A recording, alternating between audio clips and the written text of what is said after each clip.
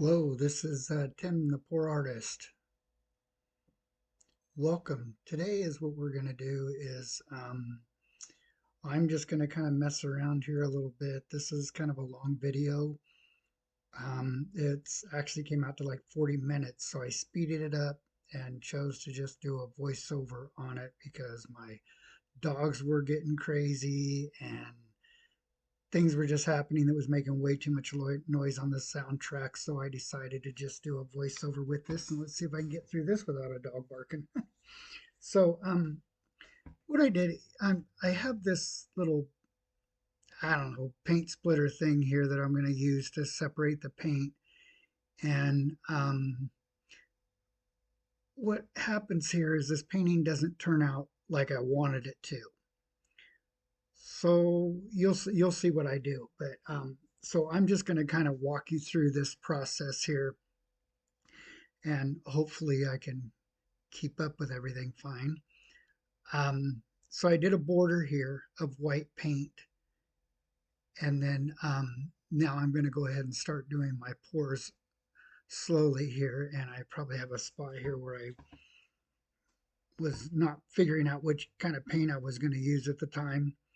So looks like I got more white. I think I'm going to use, yeah, white as a base. Sorry, I'm in the way. I'm going to buy a better camera and put it on the other side and stuff, so things will get improved here. And then that was some light blue, and this looks like the yellow. And I'm just putting small amounts of paint in here, and this is the new gold color that I found. I found some really glittery gold, so I thought I would incorporate that, and then a little more yellow there. White. Now I try to put white between colors quite often because it helps separate them so you don't get the muddy look and stuff. And all my mixes here are pretty much done the same. I typically do 3 parts emerald glue and 2 parts water for my media mixing. And then when I put it to my paint, I will do 1 part paint and 2 part pouring medium. Now, this just depends on your paint too, because remember, sometimes your paints are thicker than others. Okay, so I pre-mix all my paints before and hopefully have enough for everything I need, and sometimes you don't. But right now, this is putting out a pretty nice little flowery type pattern, and I like that. Um, like this is all really new to me, so I am completely experimenting here to see what we can come up with. That was some more blue. Yeah, I can never make up my mind what I'm going to do. I'm sure you do the same thing when you pour. You look at it, you kind of have an idea in your mind on what you're going to do, but you never know until you're actually doing the painting. I've had several of them that were just messes, and you know, you try to fix it, and sometimes it'll come out to be better than what you started out with. Sometimes it doesn't. Sometimes it just becomes a mud ball, and I've had that happen too. Um, I think the next time I do this type of a paint, I'm going to put all my paints in little containers and actually just pour them like this one rather than coming out of my bottles because I got storage bottles. And you can find these little storage bottles on Amazon. I will get an Amazon store set up here soon. I have not done that yet. I'm just really trying to figure out all this editing stuff. It's all really, really new to me. And I'll tell you, I've had staying up late nights trying to figure out what I'm going to do, how I'm going to get these videos onto YouTube and, edit them right how I want them and all of that. So you'll kind of notice as you go along with my videos, sometimes they get better, sometimes they get worse. So please just bear with me, guys. I'm just starting out. And let's work together, okay? If you got any suggestions, please put a comment down there. Let me know what you think. Be honest with me. You're not going to hurt my feelings. We've all been new. You always got to start somewhere, right? But please leave me questions, okay? Let's try to interact here and see if I can help you and maybe you can help me. So here's where you get to the point where you go, do I have enough paint on this or not? All right, there's an activator I just put in there, which is just pure white and water, and it's really, really diluted down. And it typically will make the cells come out. So it's like, what do you do first? Do you wreck it? Okay, a little torch in there to blow up the bubbles. I'm going to pop all the bubbles that are showing up. And here I'm just taking one of my tools that I use for spot painting, dot painting, I mean, and I'm just kind of spreading it out, wrecking it a little bit here,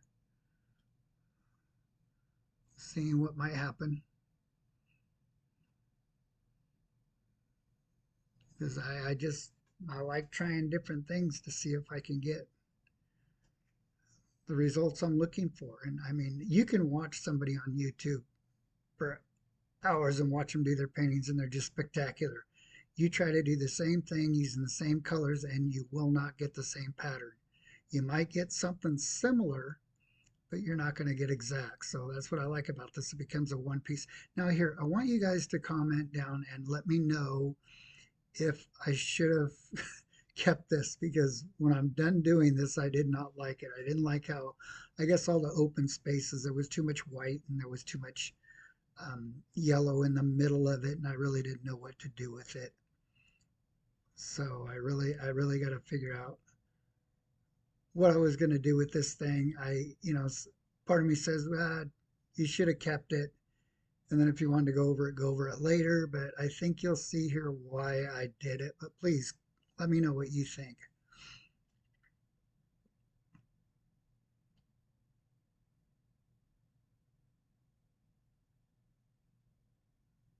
Okay. I'm looking at it and it just doesn't look right to me. Just too much open spaces. I mean, after I did that, I was like, I'm done. I couldn't cover that dip out that I just did with that thing. So, yeah, should we spin it? No, yeah, okay, we'll spin it. Now I've got a special thing coming from Amazon that's so I can do my spins. If you notice, I have to like open up my my, my bib because or my apron because the paint just goes splatter and I don't want to get it on my wood floors. So I've got something that I will reveal to you and do an open box opening when it comes in so you can see it actually when I open it up and see what I'm going to do so I can do some more and bigger spinning projects because I really like to spin. I think it really helps with the paintings. But this one, yeah, it was just too plain to me. I tried though. I kept messing with it and see if I can get anything to come out of it. Now, I've learned in the past when I use this little device here, this dot painting tool. It's just like a little tiny ball on the end of a stem, okay?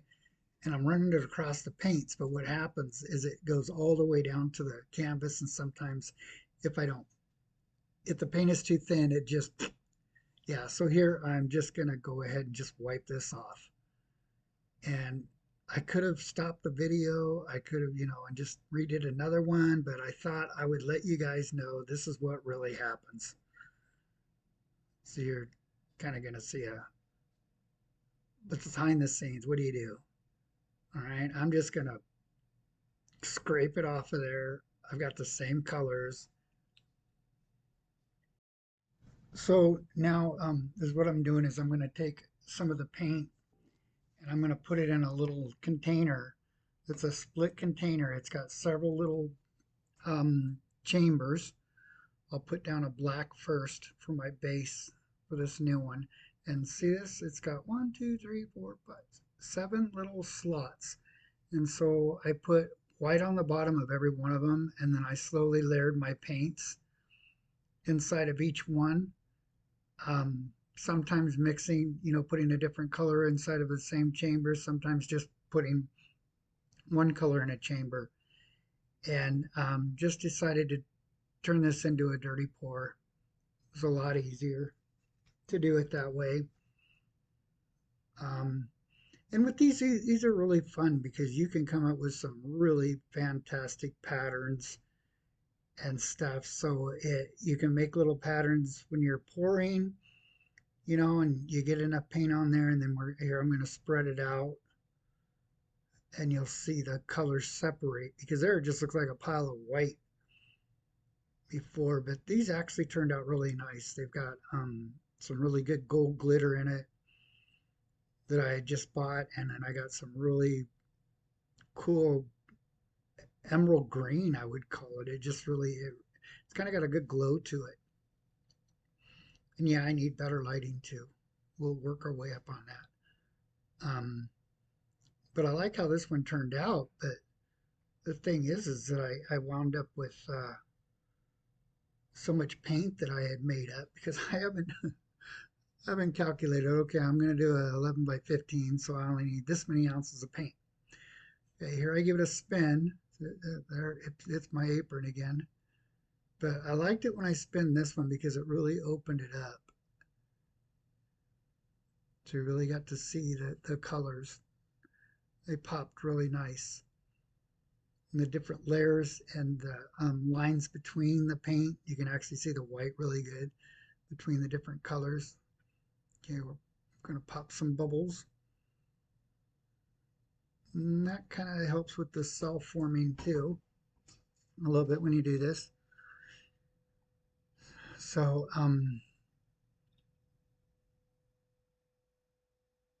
think it turned out pretty good.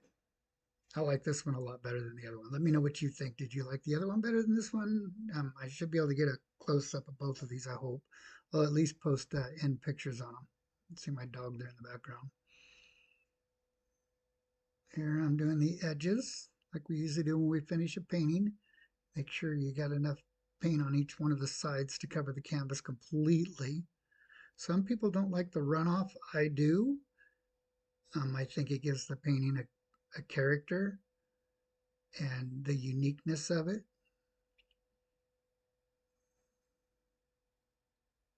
It looks like my wife coming in to take a look.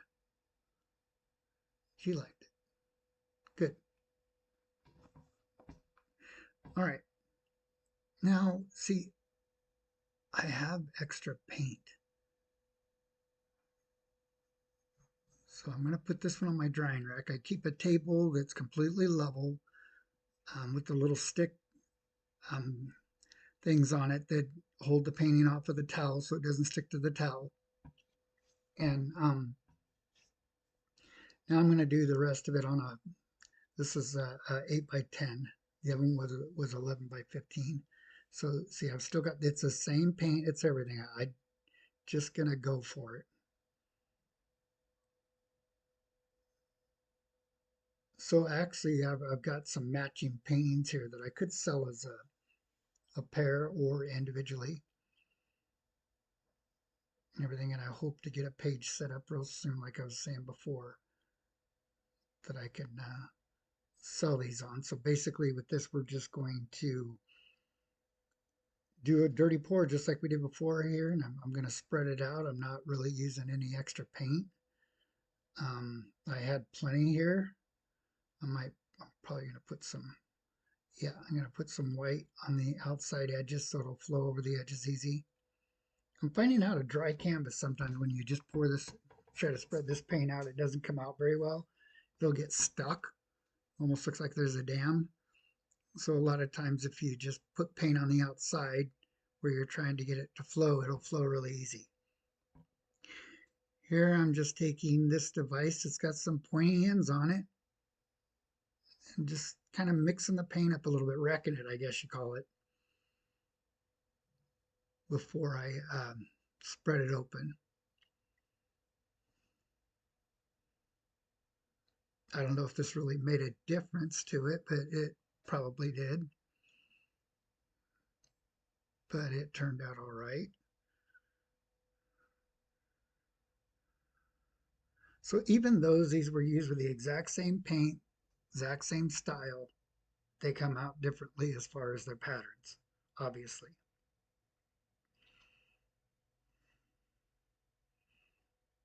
Okay, so I'm going to spread these out. Yeah, I'll post some still pictures at the end of this because I don't remember. I might have done some close-ups on them. I can't remember. Like I said, it was a couple weeks ago when I did these videos. But this one's got some really nice blue in the middle of it. Oh, look at that stuff fly. It's a spinning. Yeah, I wound up splattering on my paints over there and on the one on the other side of my barrel. My barrel's not big enough for my spins. There you go. That looks a lot better. A lot better. All right. Here we're going to blow up any bubbles, pop any bubbles that are on there. There we go. That doesn't take very long at all. All right. Well, thank you for watching, everybody. And I hope you found this useful and you will subscribe, give me a thumbs up, and look forward to more videos. Thank you. God bless.